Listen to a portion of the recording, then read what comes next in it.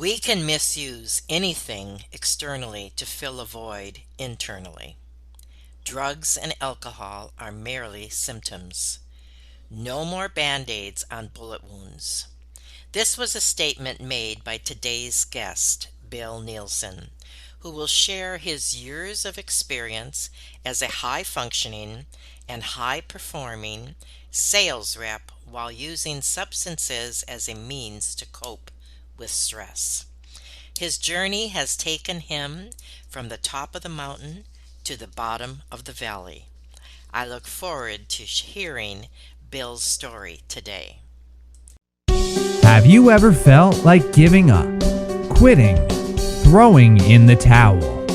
Welcome to Never Ever Give Up Hope featuring Carol Graham. She's an author, health coach, and motivational speaker. Backed into a corner multiple times in her life, Carol shares with you stories on how she overcame some of the toughest obstacles a person can go through in life, but refused to give up hope. Rather than admit defeat, an opportunity was presented, and it involves each and every one of you. Carol will feature spectacular guests who will share their messages of hope, encouragement, and their inspiration to prove why life's adversities only make you stronger. And now, welcoming the host of the show, here's Carol Graham. Nielsen, the founder of Nascent24, is a recovery and life coach who supports executives and professionals who struggle with substance misuse to find freedom from dependency without having to leave their jobs, homes, or family. Wow, what an undertaking. Thank you for joining me, Bill, and let's hear your story. Well, thank you, Carol. It's great to be here. Appreciate you inviting me on. And I heard that today is a special day for you, that it's your 13th year anniversary of doing this podcast. God bless. Thank I you. think it's wonderful that you use this platform to help others and inspire and bring about hope. Amen. Thank you. Take it Amen. away. Beautiful thing. So, I am a man in recovery. My last date of use was actually Valentine's Day of 2020. What a special gift to my then wife, huh? But she was no stranger to that experience. Unfortunately, Mm, I had a long journey, about a dozen years of up and down, trying to trying to find a way out. As I like to say, I was a slave. I was a slave to the substance. Alcohol and drugs had become my one and only coping mechanism. It was a really long battle, as I've mentioned and shared with others. 9, 10 long-term treatment visits, 30, wow. 40 detoxes, not including, the times that with the support of my wife and my family, trying to wean or detox at home. So it was quite a journey. But now, fast forward to today, I've taken all of those experiences in my life, even before substances became a problem, and I've turned it around to help others. So the name of the practice, I'm actually in a rebrand right now, Carol. So it was Nascent 24. And the word nascent, it's an adjective that a lot of people aren't familiar with. There's a story behind that. I won't get into the length of it. But it means something coming into existence and showing signs of future potential, right? So just a word filled with Okay. hope. Okay. And then the 24, obviously, one people often jump to, oh, one day at a time, which it certainly is. But for me, it was more of just that mindfulness and the practice of staying in the present. To today, I just got off the phone with my web builder. So we are rebranding to a name that actually speaks more to people. Same premise, but it's Renegade Recovery and Wellness. I like that. Thank you. Yeah, nascent 24 people are like, what is that? We have no idea Right. what that. Right. Um, so this is much more appropriate. And in terms of the mission is still the same, but I have broadened it a little more to helping all people, because that's the reality of this type of work. I don't Previously it had said executives and professionals, and that was just because of my past experience. I found it easy to connect with that population because it's an underserved population. But everyone struggles with something at some point in their lives. And I do come from that place that it's not about alcohol or drugs. It's not about the substances. Like I said, we can misuse anything at any given time to fill Right. that void, right? Um, so the new premise, the new mission, if you will, is we help people break free from destructive and unhealthy behaviors by getting to the root cause, and then it goes right back into that same slogan slash belief that I love and adhere to is no more band-aids on bullet wounds. I've worked in the Mm-hmm. recovery Mm-hmm. field and just seen around. There's just too much of the surface level stuff being done. And the way that I found my freedom and my peace and my balance and my contentment was by finally getting honest with myself and starting to look inward and looking at the root cause of some of my behavior patterns. Because for me, I'll give you a little bit of my story, right? The substances didn't become a problem until I was in my mid 30s. Wow. Uh, yeah, I started drinking probably senior year of high school, and it was pretty typical, quote unquote normal. Along the road, I dabbled in some other substances, recreationally, and by the grace of God, I was able to pick them up and put them down. But in my mid 30s, I had some life stressors. I was working in that high paced, high stress environment of sales. It was 100% commission, razor thin margins, just go, go, go, combined with some additional life stressors of purchasing a home, Mm-hmm. throw in the economic downturn of 2008. And the long and the short of it is that I turned to alcohol to find some relief, which is not abnormal or atypical from what a lot of folks do. But the problem was that's the only thing that I used, and before I knew it, I was unable to stop. I like to tell people that I inadvertently reprogrammed my biochemistry. It got to the point where I'd say, okay, I need to slow down. I've been drinking way too much. It's impacting my life and my business, and let me just take the weekend off. And I would make it till Saturday, Hmm. maybe 4 o'clock, Wow. and it was like I need a drink. That continued to go on for a while, and I remember, and I've shared this before. I remember after some time had passed, I started to get the physical manifestation of withdrawal symptoms very quickly. And I would get resentful over that. Like I know guys who have been drinking for, 20, 25 years that their hands are steady as a rock. And here I am waking up at 5 Mm. in the morning, shaking and sweating and, still having to go out and perform and do things. And there is one remedy for that, and that's to have yourself another drink. That's right. And if you want to 10x and exacerbate an already rough situation, that's one way to do it. That's a surefire way to do it. Yeah, so like those yets or those nevers that people say, well, I'll never drink in the morning. I'll never do this. I'll never do that. Hmm. Good. Yeah, I it like was that. it was it was a very slippery slope at a very high rate of speed for me. Never And say it's never, right? right, never say never. So that's how it begun. The wheels fell off very quickly, and I thank God I had the support of, like I said, my family and friends, and I started to seek help, but I couldn't get it right. I couldn't maintain any real length of sobriety for the longest time. I recall, and it was actually I'm in southern New Hampshire, and it was my last treatment visit. A little bit of fast forward here, but I remember like in the driveway, looking up in the sky and saying, like, is this what my life has come to? Is this what it's going to be? In and out of treatments, loss of jobs. Oh gosh, I trashed 5, 6 figure jobs. There were periods where I was even unemployable to do like, Hmm. labor type stuff.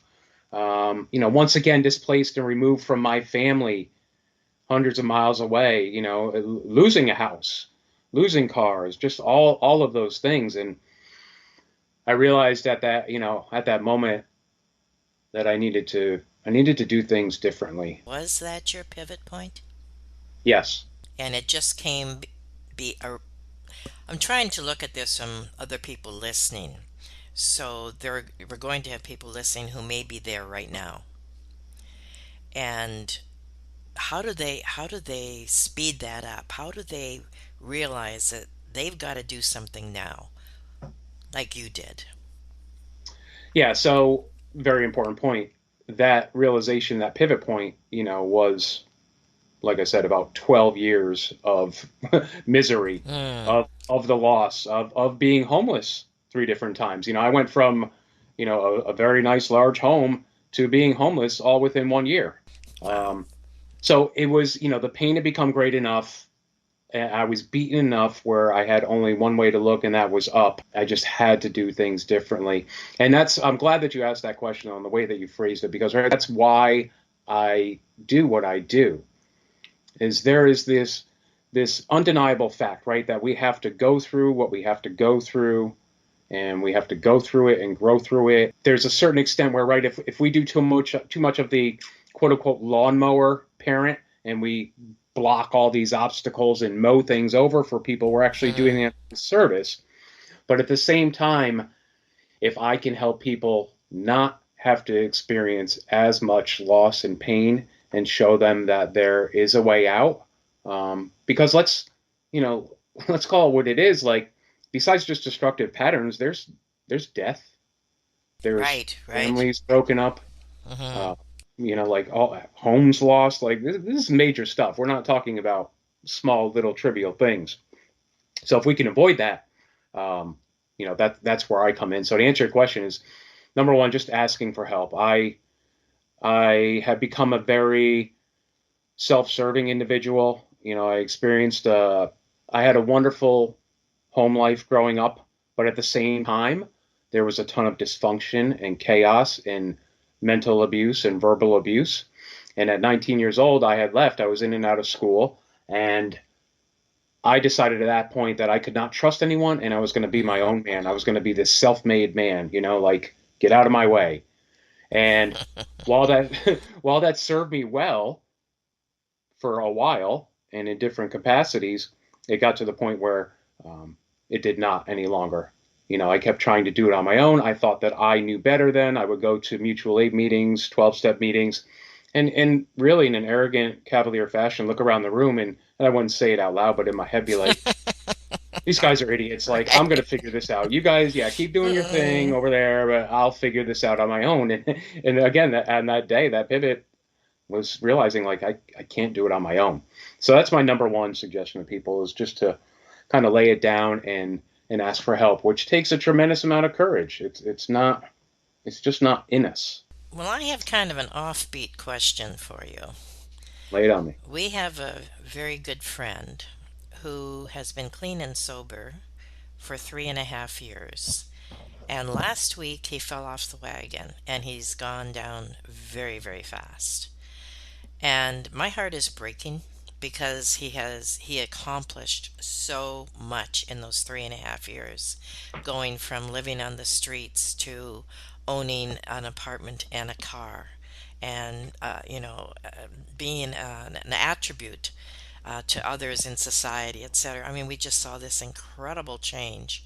And then he had a bad experience, a relationship experience with his sister, and he just went down the rabbit, just fell. My question to you is this: I know he's not alone. Soon, very soon, I'm sure I'm going to run into him. I want to know what to say to him. I do not want to put guilt on him, but I want to know, is there anything that when you see people like this and your heart is breaking for them, what would you in that place want to hear someone say to you that might make a difference? It's actually not hard. So it's letting someone know that you're still there for them, and that you love them, and that you're not judging them. Okay. Together we can get through this, because there's so much, and this we'll circle back on this, but when we relapse, and you heard my my story before, Mm-hmm, mm-hmm. professional, um, there is so much shame around that, Oh, and okay. that when it happens, right, we fall into the shame spiral. It's so hard to get out of. And by hearing that, you know what, you're okay, I love you, I'm here for you, is just the number one thing people can do. Not question how could you do this, or Oh, I'm I get sorry it. this Yes, happened, like yes. anything like that. Yeah. Just say, hey man, I love you. I'm here for you. I appreciate that because that's kind of what I was thinking. And very important to me is to not let him or anyone that you talk to about things like this is sense that you are making them try to feel guilty. Yeah. I'm pointing out the obvious, like, oh, Yeah. you were doing so Yeah, well. Yeah, it's like, exactly. no Yeah, kidding. yeah, Thanks. yeah. That's So why I that's a feel the way I do. confirmation. And I'm Yeah. sure if it was a confirmation for me, I'm sure many others possibly have been thinking the same thing. So thank you, thank you, thank you for that. You're Okay, welcome. is there anything else you want to share about your story before we take a quick break? And then we're going to go into some of the programs that you have available. So anything else you want to share along those lines? No, I think that's a good little precursor. Okay, okay. All right, we'll take a quick break and we'll be right back. Carol Graham would like to show you the path from misery to miraculous triumph in her fast-paced memoir, Battered Hope. She relates her determination to succeed as someone who experienced one horrendous nightmare after another.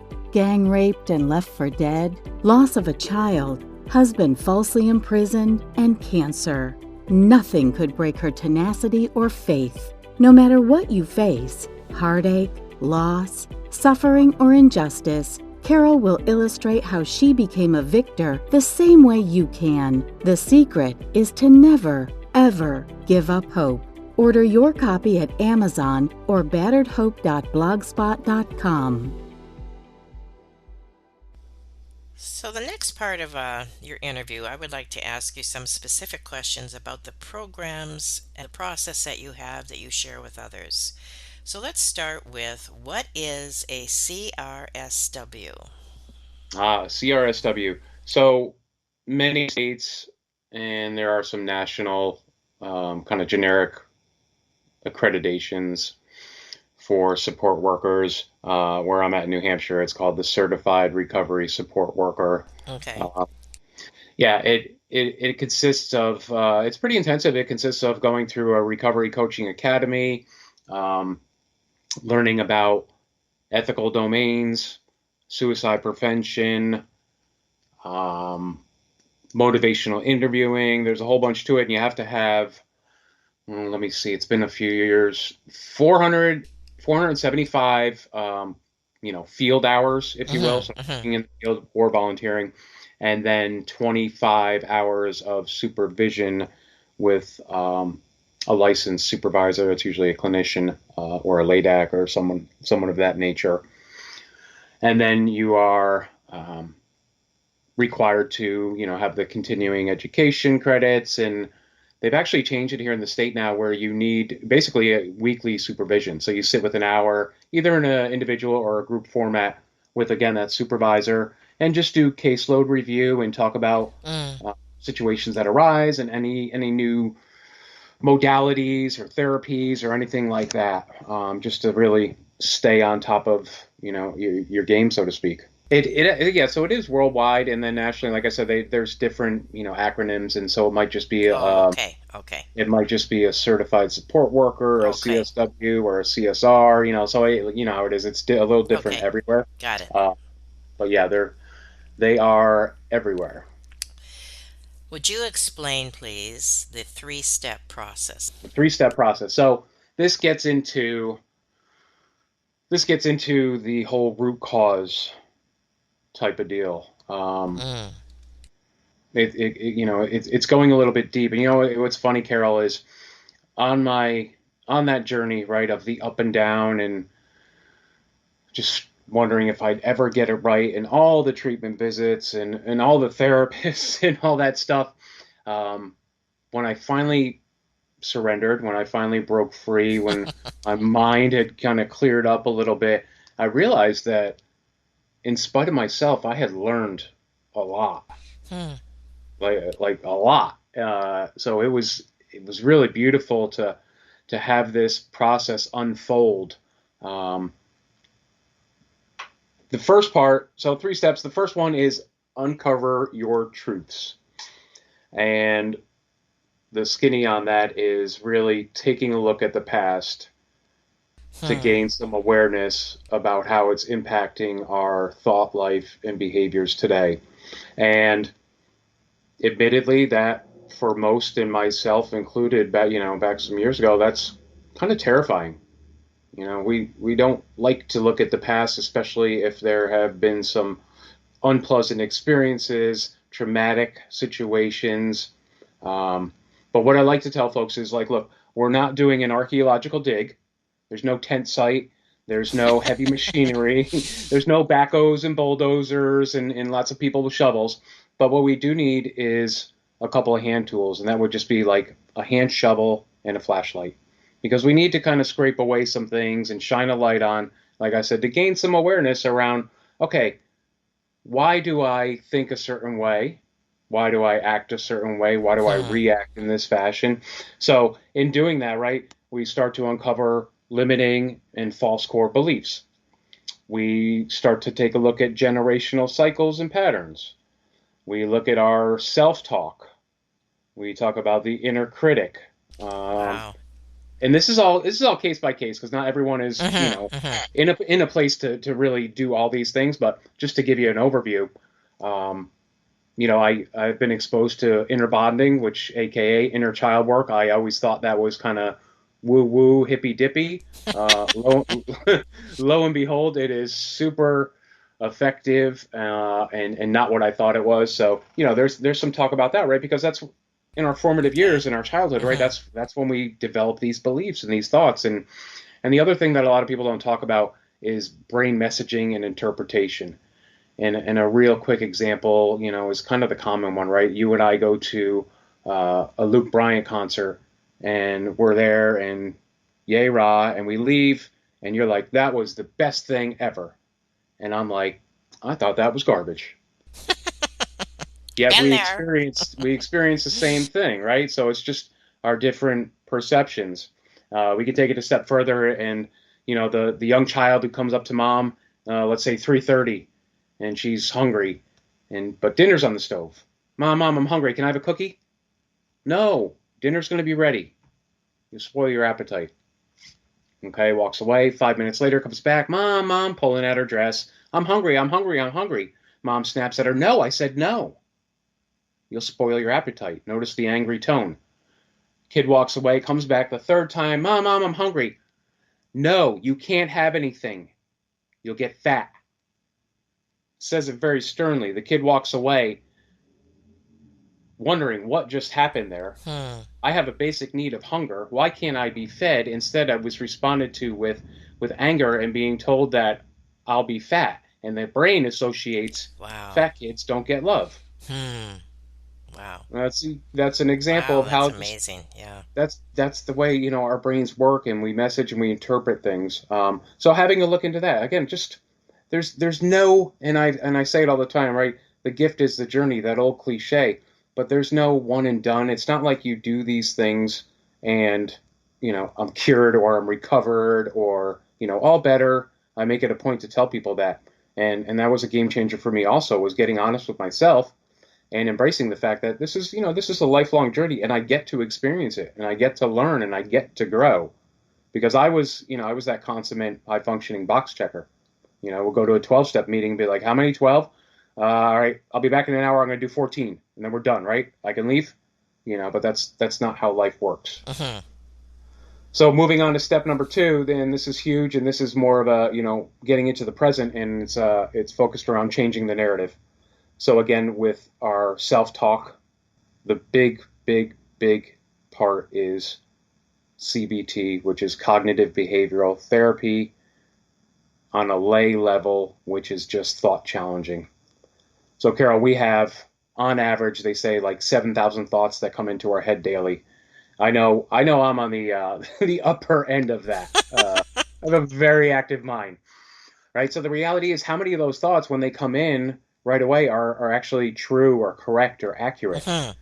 And the reality with that is the answer is very few, right? So I need to learn to, and this is what I've done, and this was again a game Hmm. changer, learn what cognitive distortions, cognitive biases are, and they're just irrational ways of thinking.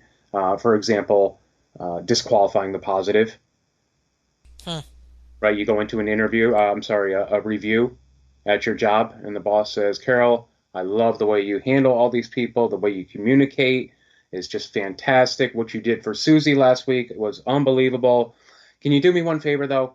I just need you to tighten up on your note taking. Okay, no problem. You walk out, and what's the one thing that you focus on? That's right. The one negative, right? So disqualifying Yep. the positive. Should statements is another one. I should know how to do this by now. I'm 51 years old. I should know how to run Excel proficiently. Who says? Like, I was never taught that. That was not part of the scope of my work, you know? Um, Jumping to conclusions is probably the number one and what most of us do. Jumping to conclusions, fortune telling, and mind reading, they all overlap and go together.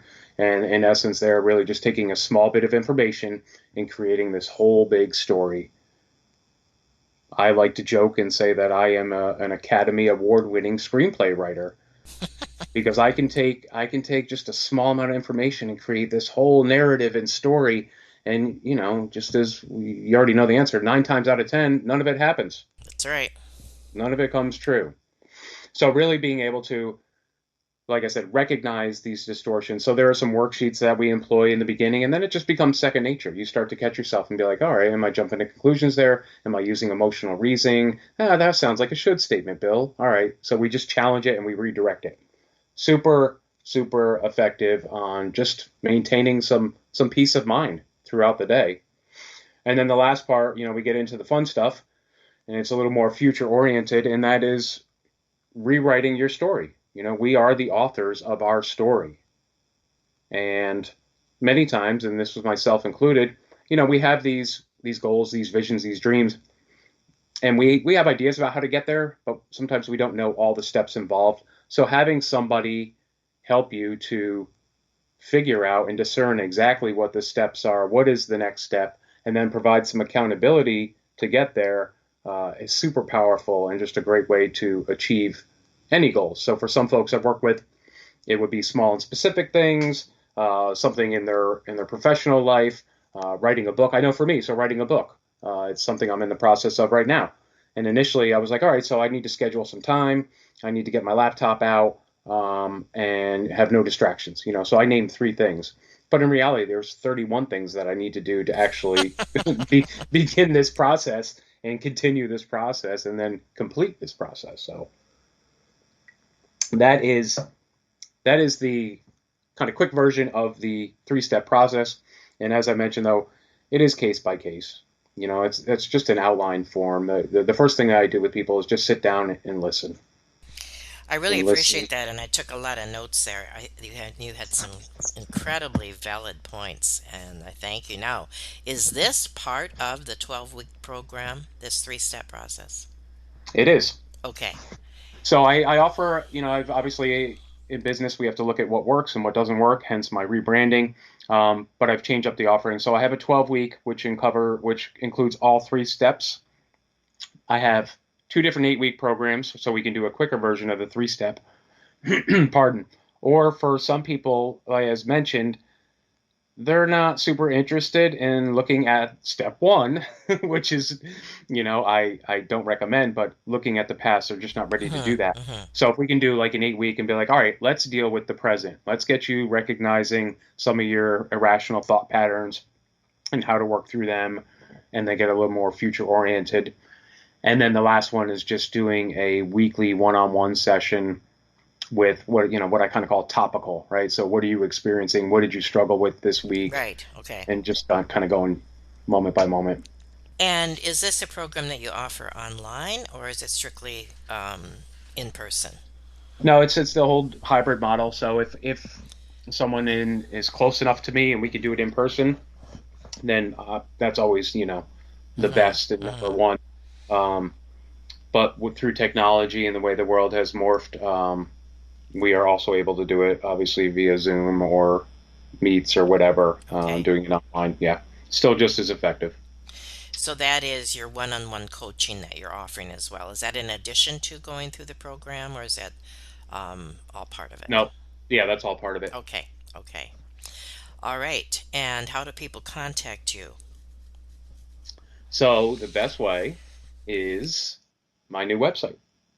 Oh, good. Which, Okay.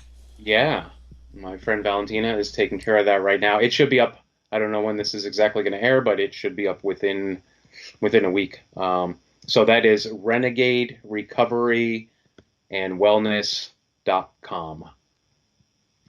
Renegade Recovery and Wellness.com. Yep. Love it. I'm also on the socials, Mm-hmm. Instagram and TikTok and LinkedIn and all that fun stuff. Okay, excellent. Now, in closing, is there anything about anything that you would like to share or summarize? Yeah. Yeah. Thank you. I had to pause. I had to pause. No, I know exactly what I want to say. So, right, full confession, I do some social media posting, right, on things that have worked for me and all that fun stuff that's going to be end up going into the book. Last week, I posted, Carol. I don't know. I'm sorry, not sorry, kind of a deal. I posted an aggressive video because I really got just upset with the amount of relapse that I see, the amount of Mm, recidivism. I had a contract with the treatment center, and there were a lot of gentlemen who had incarceration and just returning to old behaviors. And then let's not minimize or discount the overdoses and the deaths. right, right. So this was a very passionate and aggressive communication. But the point was this, and I'm gonna leave you with this: is that no more band-aids on bullet wounds, and we need to do the inner work. We need to get honest with ourselves. We need to look inside. We need to learn ways for emotional regulation. We need to challenge our thoughts. We need to look at the past, like all these things that I have used to find my freedom and that I've shared with others to find theirs. But the superficial and just shining up the outside and look at me, I look good. I got the new shoes on, I got my new clothes, and I got Mm-hmm, this, and it all looks good. I did that. I can make these comments because I did that, and it does right. not work. So that's my truth. And an excellent summary. Thank you. Thank you. Well, this has been really, I really, really appreciate what you said today on so many different levels. And like I said, I've got pages of notes here, and I can't wait to share it on not only social media, but also with people that I'm working with. So I thank you. And I thank you, Bill Nielsen, for being on Never Ever Give Up Hope. Thank you. Thank you for listening to Never Ever Give Up Hope, featuring Carol Graham. Did you know that most people succeed because they are determined to? Quitting was never an option. Carol loves your comments and will respond to each one. So please subscribe and review this podcast. A rating of 5 stars would be outstanding and appreciated. Remember, if you are still here, there is always hope.